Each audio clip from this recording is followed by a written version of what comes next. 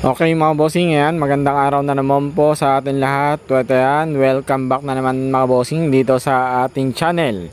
So for today's video natin mga bossing, ito short vlog lang natin ito. Tips and for awareness lang din po natin para sa mga nakawasaki barako. Ayan, so itong video ito pwede nyo maging basihan, pwede nyo maging batayan sa sakaling mangyari sa inyo ang issue ng ganitong unit. Okay, so ang problema at issue ng problema ni bossing ay tumatagas doon sa may parte ng kanyang base gasket. Okay, so itong unit na to mga bossing, dapat ay dito ito unang gagawin. Nagkataon niya lang nung siya ay pumunta dito sa shop, so marami tayong ginagawa, so tambak yung ginagawa natin. Hindi na siya nakapagantay at ipinagawa na niya sa ibang mekaniko.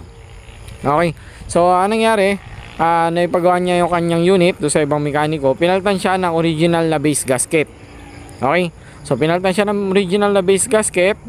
Then nung mapalitan ng base gasket, hindi pa siya nakakalayo doon sa kanya pinagpagawan, ay nakita may tumatagas na naman doon sa may parte ulit, doon ulit sa kung saan dating tumatagas. Okay, so dito siya nanggagaling yung langis. Ayan, so gumagapang siya dito pababa. Okay, so anong nangyayari, ayun, nakita yung tagas. So ang ginawa nung mekaniko na gumawa ulit ay binuksan ulit at pinaltan man ulit ng local na base gasket. Kaso ang problema, nung makauwi ulit yung customer, ay na naman, may nakita na naman siyang tagas ulit do sa kanyang head. So kinabukasan, ibinalik niya ulit. At ang ginawa naman ay ayan, eto, yung base gasket na local ay nilagyan na ng gasket maker para daw hindi na talaga tumagas. Kasi baka mamaya sobrang ano daw yung gasket, so nilagyan ng gasket maker. So ang problema, ayun ha, tumatagas pa rin. At ayun, dinala na dito sa atin ni bossing yung kanyang unit.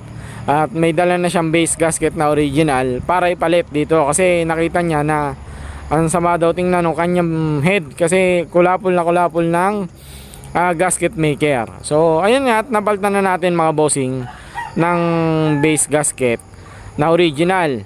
So talagang tinesting natin siya na siguro mga kulang-kulang isang oras na siyang umaandar. At ayun, lumabas na naman ang issue, may tumatagas na naman.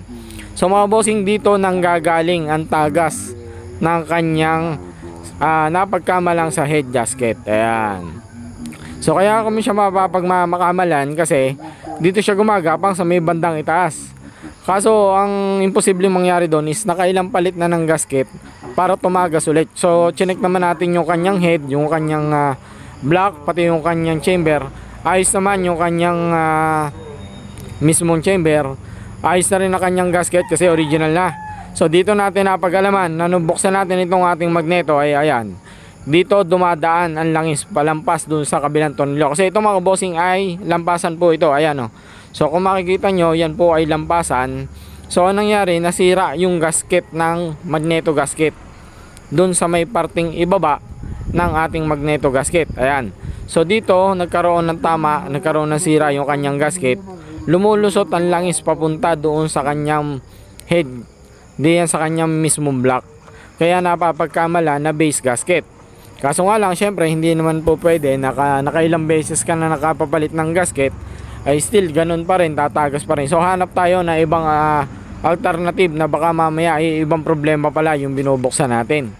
So gaya nga na nangyari dito sa unit ni bossing. Ayan, so buti na lang at chinek natin, hindi natin siya pinaalis hanggat hindi ayos yung kanyang unit.